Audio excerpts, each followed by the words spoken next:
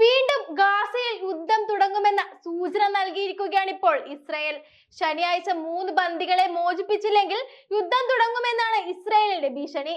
ഇതിന്റെ ഭാഗമായാണ് റിസർവ് സൈന്യത്തെ യുദ്ധം ചെയ്യാനായി ഇസ്രായേൽ വിളിച്ചിരിക്കുന്നത്.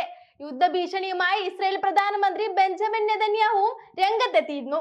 ശനിയാഴ്ച ഉച്ചയോടെ ബന്ദികളെ മോചിപ്പിച്ചില്ലെങ്കിൽ ഹമാസിനെതിരെ വീണ്ടും യുദ്ധം തുടങ്ങുമെന്നാണ് നെതന്യാഹു ആഹ്വാനം ചെയ്തിരിക്കുന്നത്. അതേസമയം ശനിയാഴ്ചക്കകം എല്ലാ ബന്ദികളെയും മോചിപ്പിക്കണമെന്ന അമേരിക്കൻ പ്രസിഡന്റ് ട്രംപിന്റെ ആവശ്യം അംഗീകരിച്ചില്ലെങ്കിൽ ഹമാസിനെതിരെ നരകത്തിന്റെ കവാടങ്ങൾ തുറക്കുമെന്നാണ് നെതന്യാഹുവിന്റെ മുന്നറിയിപ്പ്. മന്ത്രിസഭാ യോഗത്തിന് ശേഷമായിരുന്നു അദ്ദേഹത്തിന്റെ പ്രതികരണം. വെടിനിർത്തൽ അവസാനിപ്പിക്കുമെന്നും അദ്ദേഹം കൂട്ടിച്ചേർത്തു. മുഴുവൻ ബന്ദികളെയും വിട്ടയക്കാത്ത പക്ഷം ഇസ്രായേൽ സമാധാന കരാർ റദ്ദാക്കണമെന്നും നരകം തുറക്കട്ടെ എന്നും അമേരിക്കൻ പ്രസിഡന്റ് ഡൊണാൾഡ് ട്രംപ് പറഞ്ഞു. പക്ഷെ ട്രംപ് കരുതുന്നത് പോലെ അമേരിക്കയ്ക്കും ഇസ്രായേലിനും കാര്യങ്ങൾ അത്ര എളുപ്പമാവുകയില്ല. കാരണം അത്രയും ശക്തമായ ഒരു രക്ഷാകവചം പലസ്തീന് ചുറ്റും തീർത്തിരിക്കുകയാണ് ഇപ്പോൾ അറബ് രാഷ്ട്രങ്ങൾ.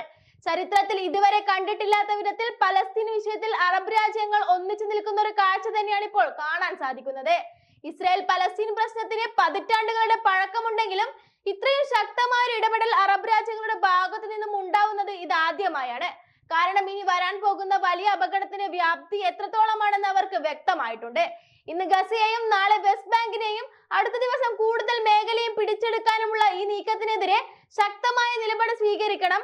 അതിനെ ഏത് രീതിയിലും എതിർത്തിരിക്കുമെന്നാണ് അറബ് ലീഗിന്റെ സെക്രട്ടറി ജനറൽ അഹമ്മദ് അബ്ദൽ ഗൈദ് പറഞ്ഞിരിക്കുന്നത്.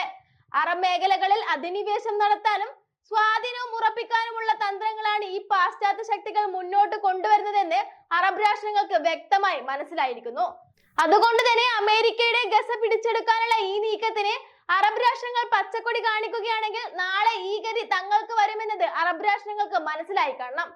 അത്തരത്തിൽ പലസ്തീനികളെ കുടിയിറക്കാതെ തന്നെ ഗാസയുടെ പുനർനിർമ്മാണത്തിനുള്ള പദ്ധതി ഉടൻ അവതരിപ്പിക്കുമെന്ന് പ്രഖ്യാപിച്ചിരിക്കുകയാണ് ഇപ്പോൾ ഈജിപ്ത്. ഇതോടെ ഗാസ മുനമ്പ് ഏറ്റെടുത്ത് അവിടെ താമസിക്കുന്ന എല്ലാ പലസ്തീനികളെയും പുറത്താക്കാനുള്ള അമേരിക്കൻ പ്രസിഡന്റ് ഡൊണാൾഡ് ട്രംപിന്റെ പദ്ധതി പരക്കെ പാളി കഴിഞ്ഞിട്ടുണ്ട്. ഗാസ പലസ്തീനികളുടെ മാതൃരാജ്യമാണെന്നും അവരെ അവിടെ നിന്ന് പുറത്താക്കരുതെന്നും അവർ ഊന്നി പറഞ്ഞു. ഈ വിഷയം ചർച്ച ചെയ്യുന്നതിനായി ഫെബ്രുവരി 27-ന് ഈജിപ്തിൽ ഒരു ഉച്ചകോടിക്കായി അവർ യോഗം ചേരാനും തീരുമാനിച്ചിട്ടുണ്ട്. യുദ്ധസമാനമായ ഒരു സാഹചര്യം തന്നെയാണ് പശ്ചിമേഷ്യയിൽ ട്രംപ് യഥാർത്ഥത്തിൽ ഇപ്പോൾ സൃഷ്ടിക്കുന്നത്. അതിൽ നിന്നും ഗസയെ സംരക്ഷിക്കാൻ അറബ് രാഷ്ട്രങ്ങൾ കൂടെ നിൽക്കുന്നു എന്നത് ആശ്വാസം പകരുന്ന ഒരു കാര്യം തന്നെയാണ്.